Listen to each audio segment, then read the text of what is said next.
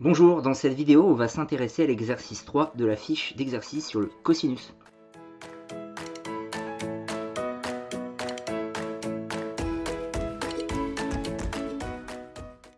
Alors l'exercice 3 va être assez répétitif, on va faire 4 fois le même savoir-faire, même s'il y aura une nuance, puisque on peut avoir à calculer deux choses à partir de ces savoir-faire. Dans certaines situations, on connaît le côté adjacent et on cherche l'hypoténuse, c'est le cas ici, et dans d'autres situations, on connaît la longueur de l'hypoténuse et on cherche la longueur du côté adjacent. Voilà, les nuances qu'il peut y avoir entre les 4 exercices qu'on va faire à la suite. Alors je vous rappelle que si vous démarrez là la vidéo, c'est bien parce que vous avez déjà travaillé le savoir-faire avant d'attaquer ces exercices-là. Il faut d'abord refaire le savoir-faire une fois avec le cahier, une deuxième fois sans le cahier et vérifier qu'on a bien remis la même chose que dans le cahier.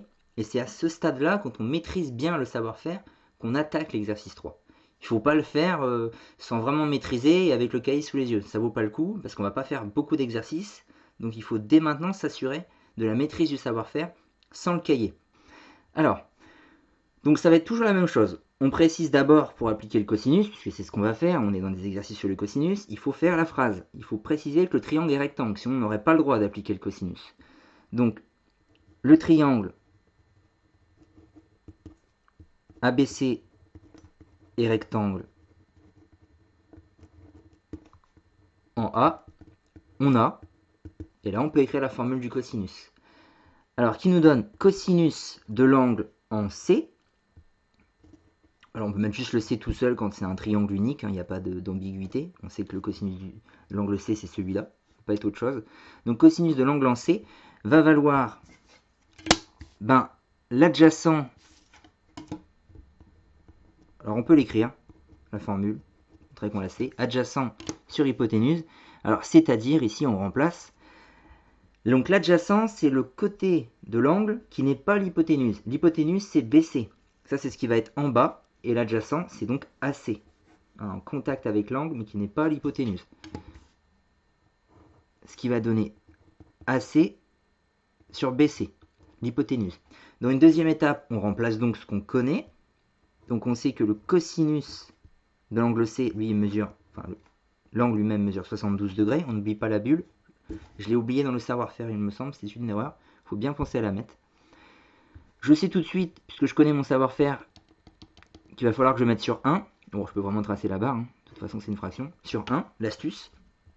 Et ça va être égal, alors AC c'est 3 cm sur BC que je cherche, qui m'est inconnu. Donc, je vais faire un produit en croix, je vous le rappelle, en multipliant ce qui est dans la diagonale où tout est connu. Donc BC va être égal à 3 fois 1, bon j'ai pas besoin d'écrire le fois 1, divisé par le troisième nombre, la troisième valeur, cosinus de 72 degrés. Ce qui va valoir environ, je m'en parle à la calculatrice,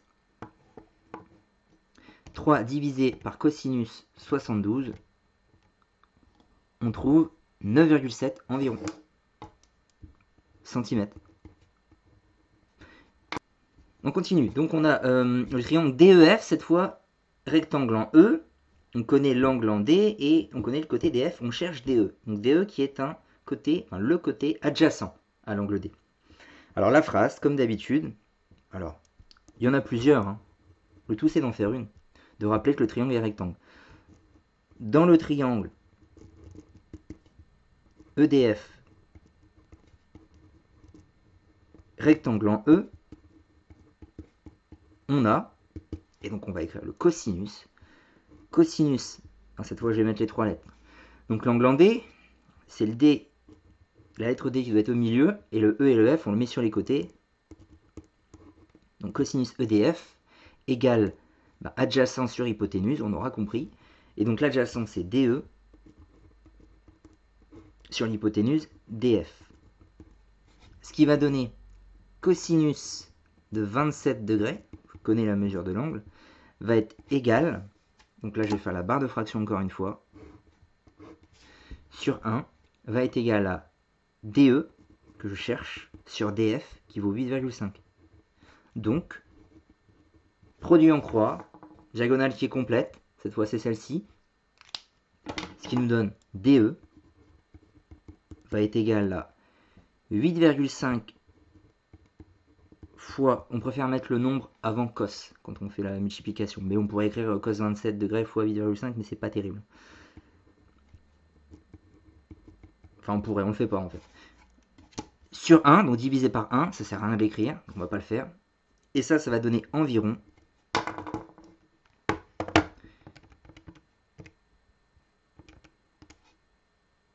7,58.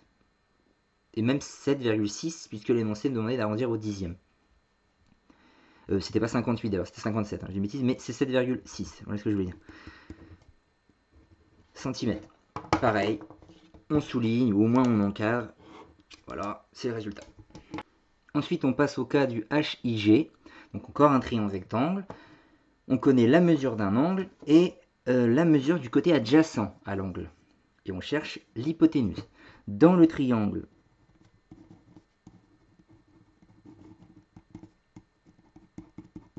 HIG, rectangle en I, on a cosinus de l'angle G qui va être égal au rapport de l'hypoténuse sur l'adjacent, donc GI sur GH, soit en remplaçant, on obtient cosinus 32 degrés égale, sur 1 ici, GI qui vaut 4 sur GH qui est inconnu, celui qu'on cherche, produit en croix, multiplie ce qu'il y a dans la diagonale complète, ce qui va donner GH égale, 4 fois 1, donc le fois 1 on ne va pas l'écrire, donc juste 4 sur cosinus 32 degrés. Ce qui va environ valoir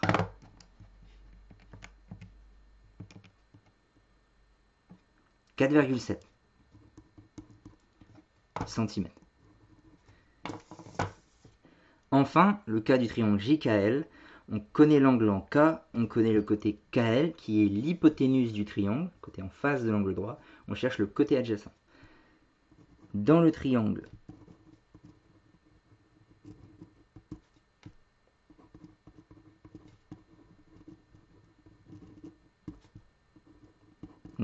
JKL rectangle en J, on a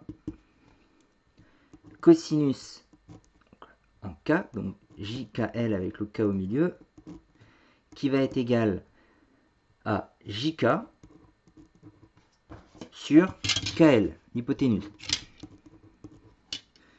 Ce qui donne cosinus de 61 degrés égale, alors sur 1, JK il est recherché, on ne le connaît pas, et KL vaut 12,3 cm.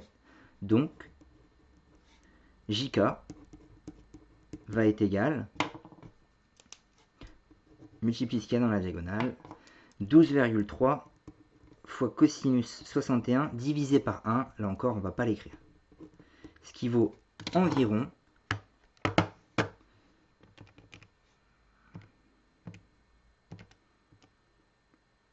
5, même 6 en fait, puisqu'on a un 6 ici et qu'on va arrondir au dixième, donc c'est pas 5,9, c'est 6,0, c'est-à-dire 6 cm. Et on souligne rouge.